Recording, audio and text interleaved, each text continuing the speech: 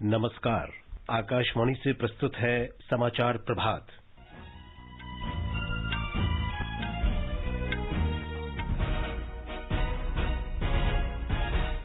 प्रधानमंत्री नरेंद्र मोदी आज सुबह 10 बजे प्रवासी भारतीय दिवस सम्मेलन का उद्घाटन करेंगे। प्रधानमंत्री नरेंद्र मोदी ने प्रमुख अर्थशास्त्रियों के साथ कोविड महामारी के बाद का आर्थिक एजेंडा तय करने पर चर्चा की।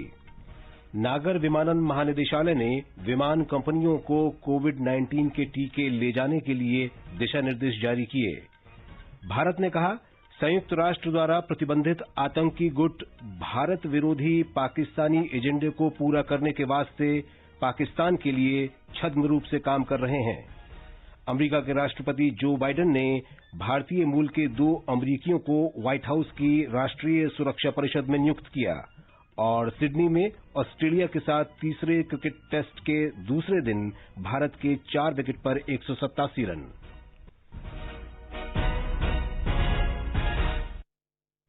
समाचार प्रभात में नवीन सक्सेना के साथ मैं विशाल शर्मा। कोविड महामारी के खिलाफ देश एकजुट होकर लड़ रहा है। आप भी हमारे साथ सुरक्षा और बचाव के 3 आसान एहतियाती उपायों का संकल्प लें। मास्क पहनें, 2 गज दूरी है जरूरी, सुरक्षित दूरी बनाए रखें, हाथ और मुंह साफ रखें। अब समाचार विस्तार से। 16वां प्रवासी भारतीय दिवस सम्मेलन आज वर्चुअल माध्यम से आयोजित होगा। ये सम्मेलन सुबह 10 बजे शुरू होगा और प्रधानमंत्री नरेंद्र मोदी इसका उद्घाटन करेंगे। प्रारंभिक सत्र के दौरान सूरीनाम के राष्ट्रपति और मुख्य अतिथि चंद्रिका प्रसाद संतोखी प्रतिभागियों को संबोधित करेंगे। राष्ट्रपति रामनाथ कोविंद सम्मेलन में समापन भाषण देंगे।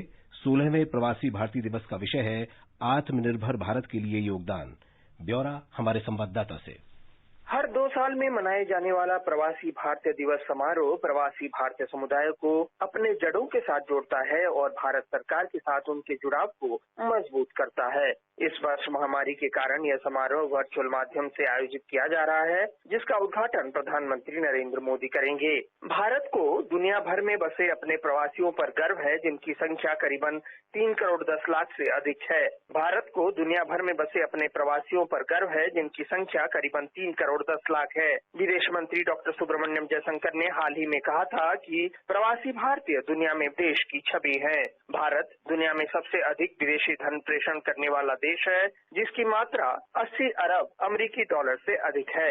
प्रधानमंत्री नरेंद्र मोदी ने कहा था कि प्रवासी भारतीय भारत और दुनिया के बीच के पुल है और उनकी सफलता ने दुनिया भर में भारत और भारतीय दोनों की धारणा को बदल दिया है। राजनीतिक क्षेत्र में भी भारतीय मूल के लोग दुनिया भर में प्रमुख पदों पर हैं। कमला हैरिस, प्रियंका राधाकृष्णन, प्रवीण जुगनाथ, लियो वरदकर, निकी हेली, बॉबी जिंदल, प्रीति पटेल, प्रीत भरारा, प्रमिला जयपाल इस सूची में कुछ प्रमुख नाम हैं। विदेशों में व्यापार और राजनीति में भारतीयों की बढ़ती प्रमुखता देश के आकर्षण को बढ़ा रही है और भविष्य के व्यापार श्रृंखला को प्रोत्साहित करेगी। इस वर्ष के सम्मेलन में भाग लेने के लिए बड़ी संख्या में प्रतिभागियों ने पंजीकरण कराया है। 30 प्रतिष्ठित प्रवासी भारतीयों को इस साल का प्रतिष्ठित प्रवासी भारतीय सम्मान प्रदान किया जाएगा। आनंद चतुर्वेदी के साथ अनुपम मिश्र, आकाशवाणी समाचार, दिल्ली। प्रधानमंत्री नरेंद्र मोदी ने भारत के प्रमुख अर्थशास्त्रियों के साथ कोविड महामारी के बाद के विश्व में भारत का आर्थिक एजेंडा तय करने पर चर्चा की है। नीति आयोग ने कल इस चर्चा का आयोजन किया था। परिचर्चा में भाग लेने वाले सभी अर्थशास्त्री इस बात पर सहमत थे कि विकास के उच्च मानक अपेक्षा से पहले ही एक मजबूत आर्थिक सुधार के संकेत दे रखे हैं। प्रधानमंत्री ने अर्थशास्त्रियों के सुझावों की सराहना की और राष्ट्रीय विकास एजेंडा तय करने में ऐसे विचार विमर्श के महत्व पर जोर दिया। एक रिपोर्ट।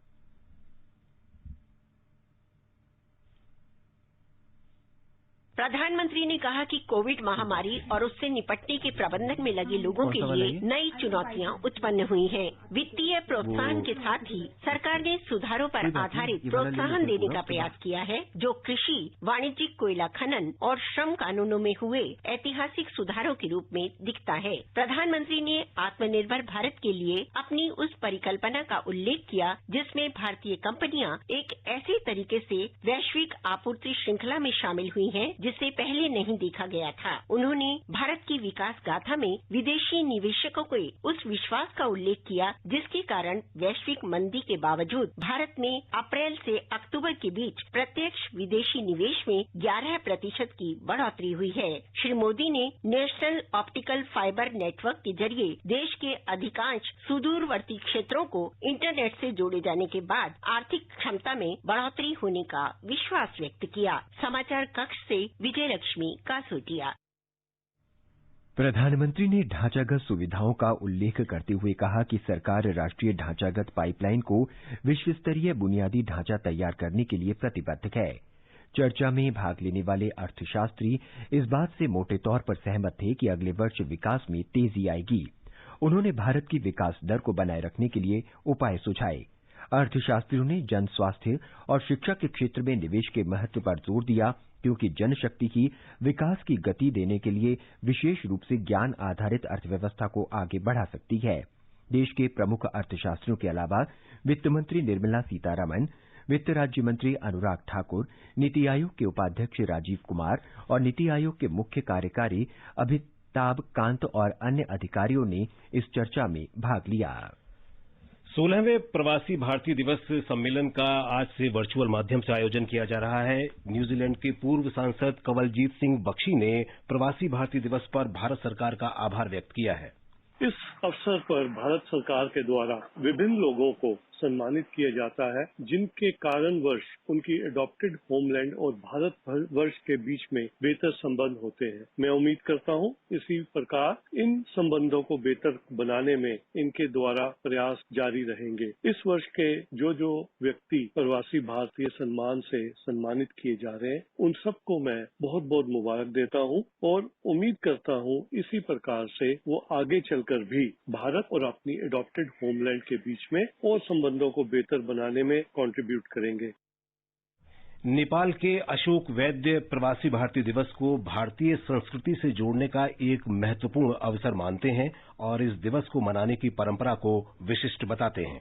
प्रवासी भारतीय दिवस भारत के विकास में प्रवासी भारतीय समुदाय के योगदान को चिन्हित करने के लिए हर साल 9 जनवरी को मनाया जाता है। 9 जनवरी के दिन इस अवसर का जश्न मनाने के बाद से यह 1915 से इस दिन पर था कि महात्मा गांधी दक्षिण अफ्रीका से भारत लौटे, भारत के स्वतंत्रता संग्राम का नेतृत्व किया और हमेशा के लिए भारतीयों के जीवन को बदलने के रूप में चुना गया था। भारत की सुरक्षा अर्थव्यवस्था के साथ साथ अपनी आध्यात्मिक और सांस्कृतिक विरासत के साथ आपका जुड़ाव और मजबूत हो, इसके लिए इसका महत्व है। भारतीय प्रधानमंत्री सम्मानीय नरेंद्र मोदी जी का प्रवासी तीर्थ दर्शन योजना एक दूरगामी शुरुआत होगी। वैश्विक रूप में भारतीय ज्ञान परंपरा विकास के तौर तरीकों को फैलाने का काम हो, इसके लिए नेपाल जैसे अभिन्न पड़ोसी से साझेदारी हो, यह जन स्तर पर हो, ऐसी हमारी कामना है। प्रवासी दिवस भारतीय संस्कृति से जुड़े विशाल आबादी को जोड़ने का एक मौका तो है ही, साथ साथ नेपाल भारत संबंध पर भी आत्मचिंतन का मौका देती है। इसके मनाने के पीछे आशय यह है कि अप्रवासी भारतीयों की भारत के प्रति सोच भावना के अभिव्यक्ति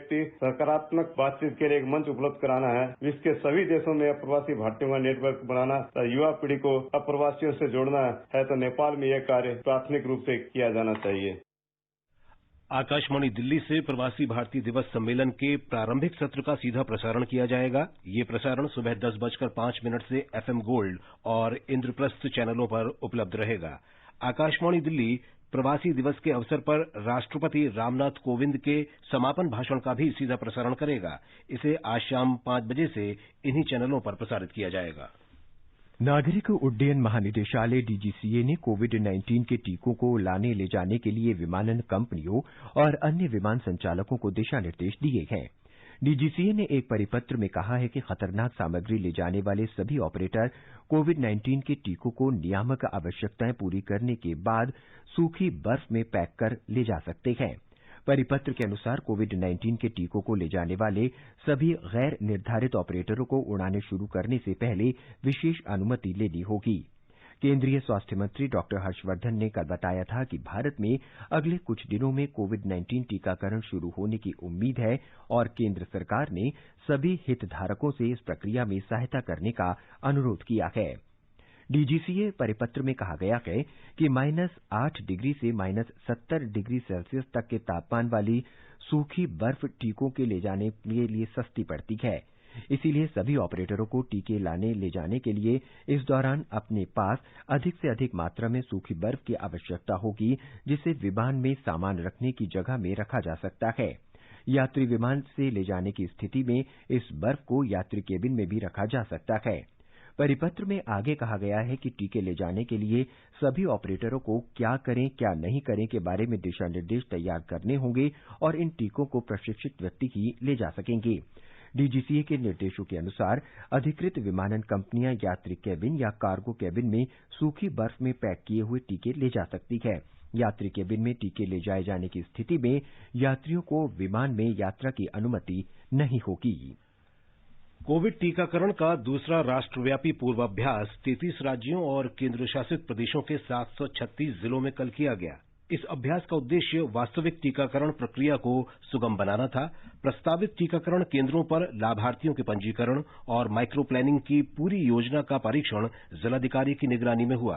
पूर्वाभ्यास में राज्य, जिला, प्रखंड और अस्पताल स्तर के सभी अधिकारियों को कोविड टीकाकरण अभियान से जुड़े सभी पहलुओं की जानकारी भी दी गई। इस बीच स्वास्थ्य मंत्री डॉक्टर हर्षवर्धन कोविड टीकाकरण के पूर्वाभ्यास की तैयारियों की समीक्षा के लिए कल चेन्नई पहुंचे। उन्होंने बताया कि जब से मोदी सरकार ने कोविड संक्रमण के फैलाव को नियंत्रित करने के लिए सक्रिय कदम उठाए हैं, संक्रमण के मामले काफी घट गए हैं और इससे होने वाली मौत के मामले भी कम हो गए हैं। स्वास्थ्य मंत्री ने कहा कि सरकार ने कोविड जांच के लिए देशभर में 2300 प्रयोगशालाएं खोली हैं, जो 24 घंटे काम कर रही हैं। उन्होंने कहा कि उपचार की बेहतर व्यवस्था से देश में 1 करोड़ से अधिक लोग कोविड से स्वस्थ हो चुके हैं। उन्होंने कोरोना संक्रमण को नियंत्रित करने के प्रभावी प्रयासों के लिए तमिलनाडु सरकार की सराहना की। उन्होंने राज्य सरकार की ओर से की गई तैयारियों का भी जायजा लिया। स्वास्थ्य मंत्री डॉक्टर हर्षवर्धन ने कहा है कि देश भर में पोलियो टीकाकरण अभियान 17 जनवरी से शुरू होगा। कल चेन्नई में उन्होंने कहा कि प्रधानमंत्री नरेंद्र मोदी के नेतृत्व में सरकार पोलियो की तरह कोविड का भी उन्मूलन करेगी। Expert group on immunization in consultation with the international health authorities, we have decided that on 17th of January, we are going to have our national immunization days for polio, which will run for about 2-3 days. The first day will be dedicated to every mother taking a child to the polio kendra for vaccination, followed by another 2-3 days. This is very, very essential to ensure that we are able to maintain the overall immunity level of our country, particularly pertaining to poliomyelitis. देश में Covid संक्रमण से स्वस्थ होने की दर बढ़कर 96.39% हो गई है। कल 20,000 से ज्यादा कोविड रोगी स्वस्थ हुए।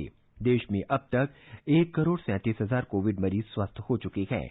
स्वास्थ्य मंत्रालय ने कहा है कि भारत में कोविड संक्रमण से स्वस्थ होने की दर दुनिया में सबसे अधिक है।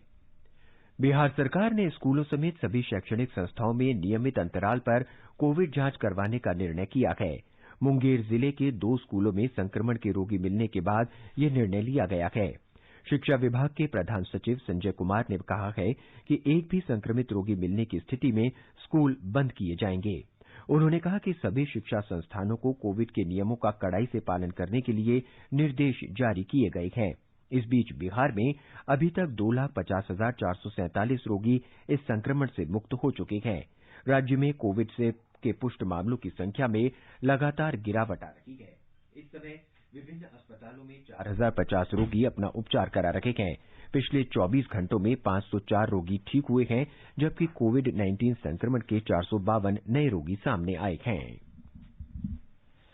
मध्य प्रदेश में लोगों के कोरोना से संक्रमित होने की संख्या में लगातार कमी आ रही है। राज्य में संक्रमण की दर 2.4% है। अब तक 2,33,000 से अधिक मरीज कोविड संक्रमण से स्वस्थ हो चुके हैं। कल 614 लोगों में कोरोना संक्रमण की पुष्टि हुई। राज्य के 51 जिलों में कोविड टीकाकरण का पूर्वाभ्यास भी सफलतापूर्वक पूरा कर लिया गया। ब्यौरा हमारी संवाददाता से। मध्य प्रदेश के 51 जिलों में शुक्रवार को दूसरे चरण के कोरोना वैक्सीन ड्राई रन में लगभग 3,825 स्वास्थ्य कार्यकर्ताओं ने भाग लिया। प्रदेश के स्वास्थ्य मंत्री डॉक्टर प्रभुराम चौधरी ने बताया कि प्रदेश में कोविड वैक्सीनेशन संबंधी सभी तैयारियां पूरी कर ली गई हैं। प्रदेश के 4 शहरों भोपाल, जबलपुर, ग्वालियर और इंदौर में कोल्ड चेन स्टोर तैयार किए गए हैं। इस बीच कल कोविड से 809 रोगी स्वस्थ हुए हैं। प्रदेश में कल कोविड से 9 लोगों की मृत्यु हुई है। कोविड से मरने वालों की कुल संख्या 3691 है। पूजा पीवर्धन, आकाशवाणी समाचार, भोपाल। गुजरात सरकार ने कोविड-19 वैश्विक महामारी के कारण मकर संक्रांति उत्सव के दौरान सार्वजनिक स्थानों पर लोगों के पतंग उड़ाने पर रोक लगाने की अधिसूचना जारी की है। राज्य के गृह विभाग की कल जारी अधिसूचना में कहा गया है कि सार्वजनिक स्थानों, खुले मैदानों और सड़कों, गलियों में लोगों के इकट्ठा होने या पतंग उड़ाने पर प्रतिबंध रहेगा।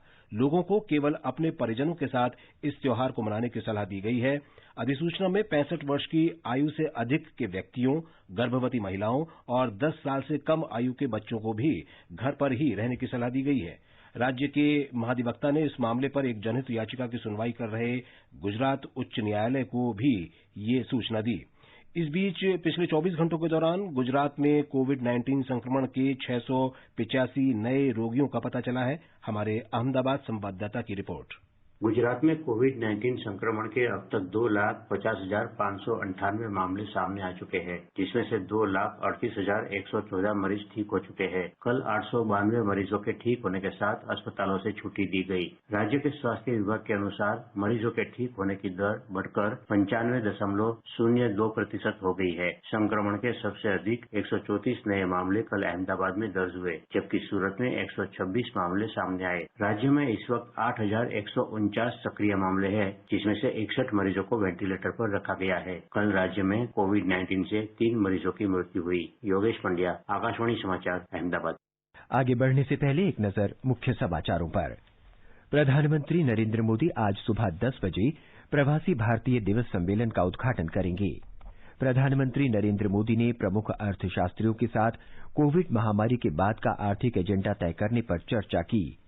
नागर विमानन महानिदेशालय ने विमान कंपनियों को कोविड-19 के टीके ले जाने के लिए दिशा निर्देश जारी किए। भारत ने कहा, संयुक्त राष्ट्र द्वारा प्रतिबंधित आतंकी गुट भारत के विरोधी पाकिस्तानी एजेंडों को पूरा करने के लिए पाकिस्तान वास्ते छद्म रूप से काम कर रहा है। अमेरिका के राष्ट्रपति जो बाइडेन ने भारतीय मूल के 2 अमेरिकियों को व्हाइट हाउस की राष्ट्रीय सुरक्षा परिषद में नियुक्त किया और सिडनी में ऑस्ट्रेलिया के साथ तीसरे क्रिकेट टेस्ट मैच के तीसरे दिन अब तक भारत के 4 विकेट पर 189 रन।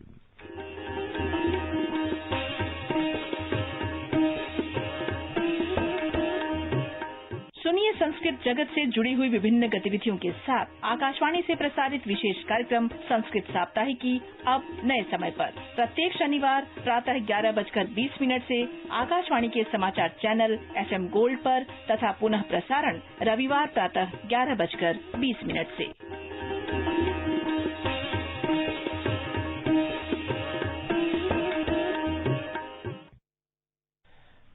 भारत ने कहा है कि संयुक्त राष्ट्र ने भारत के खिलाफ छद्म रूप से भारत विरोधी एजेंडे को पूरा करने के लिए पाकिस्तानी प्रतिष्ठानों और आतंकवादियों को चिन्हित किया है।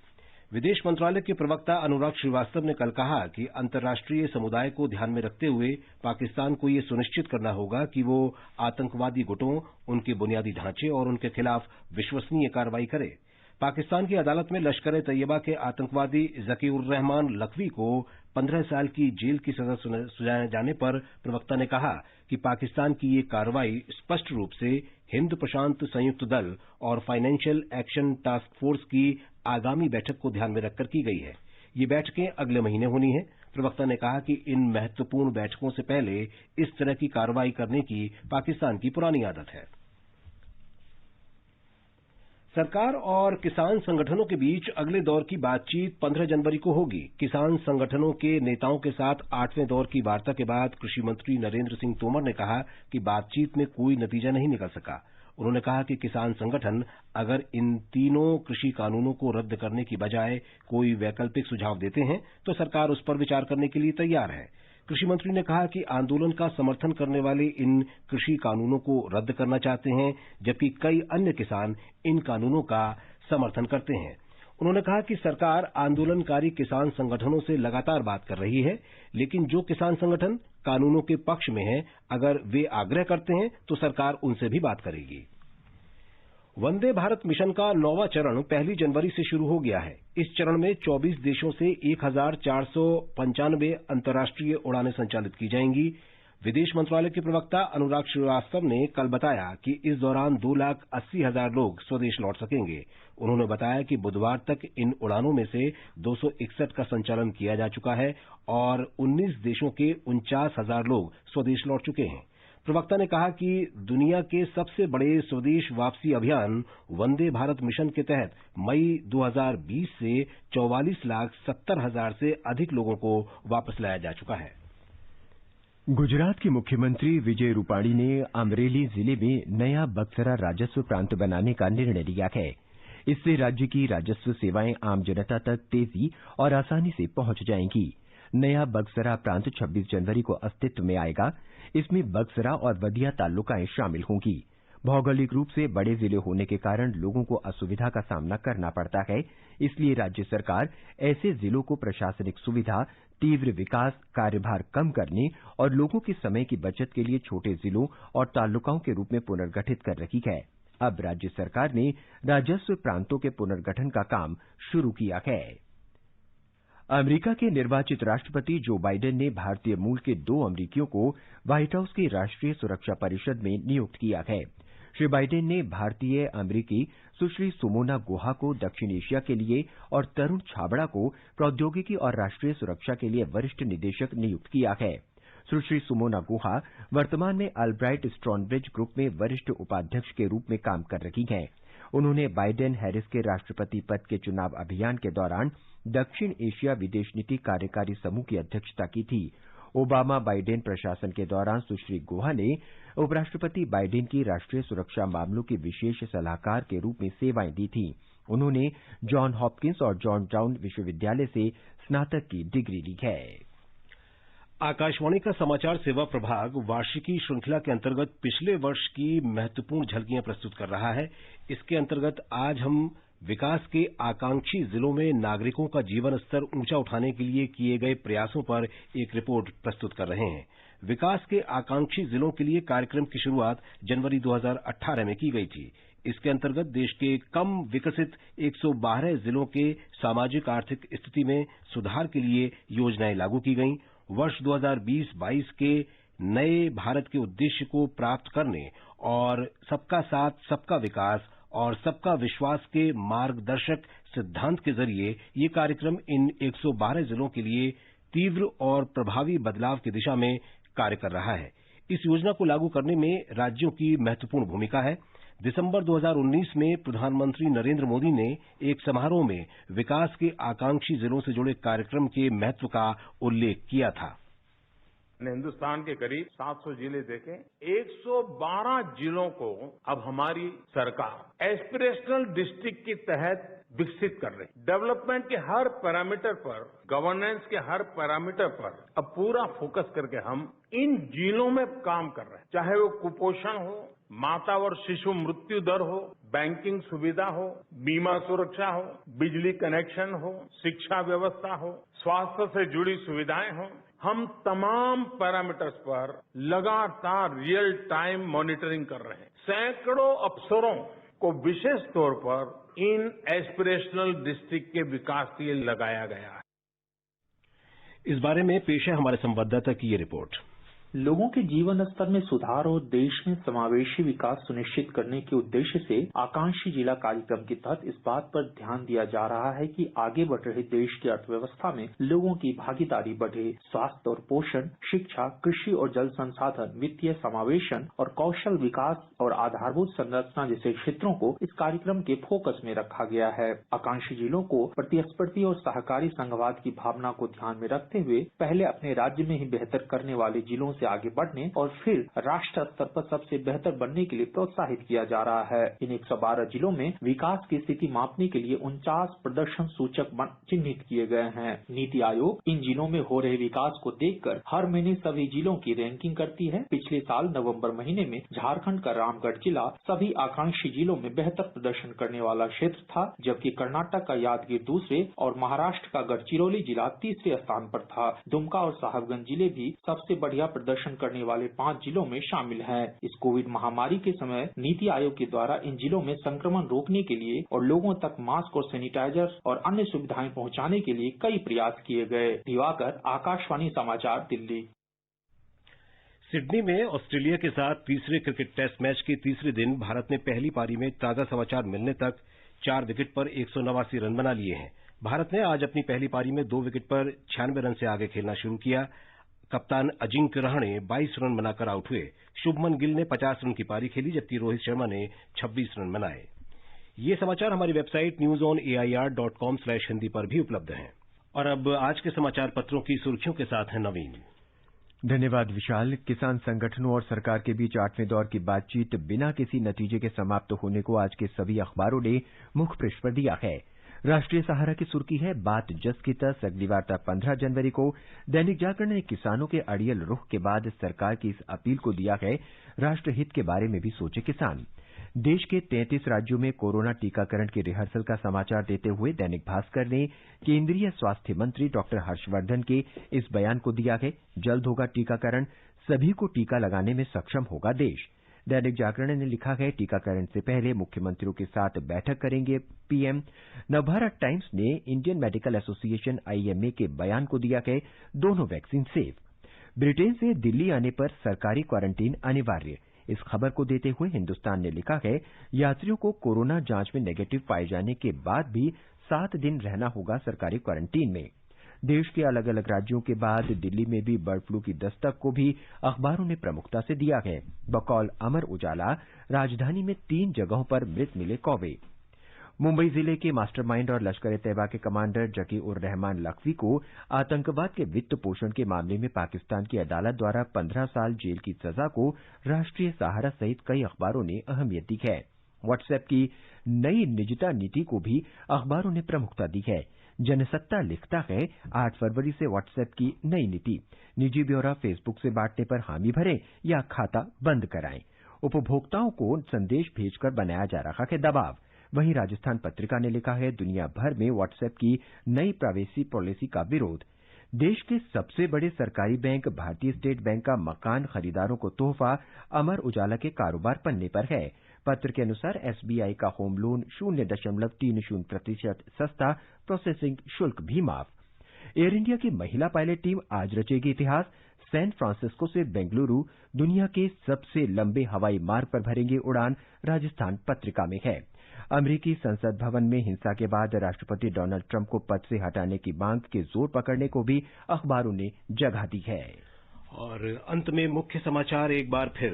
प्रधानमंत्री नरेंद्र मोदी आज सुबह 10 बजे प्रवासी भारतीय दिवस सम्मेलन का उद्घाटन करेंगे। प्रधानमंत्री ने प्रमुख अर्थशास्त्रियों के साथ कोविड महामारी के बाद का आर्थिक एजेंडा तय करने पर चर्चा की।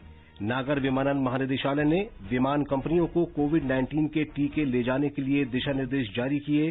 भारत ने कहा, संयुक्त राष्ट्र द्वारा प्रतिबंधित आतंकी गुट भारत विरोधी पाकिस्तानी एजेंडे को पूरा करने के वास्ते पाकिस्तान के लिए छद्म रूप से काम कर रहे हैं। अमेरिका के राष्ट्रपति जो बाइडेन ने भारतीय मूल के 2 अमेरिकियों को व्हाइट हाउस की राष्ट्रीय सुरक्षा परिषद में नियुक्त किया। और सिडनी में ऑस्ट्रेलिया के साथ तीसरे क्रिकेट टेस्ट मैच के तीसरे दिन अब तक भारत के 5 विकेट पर 195 रन। इसके साथ ही समाचार प्रभात का ये अंक समाप्त हुआ। नमस्कार।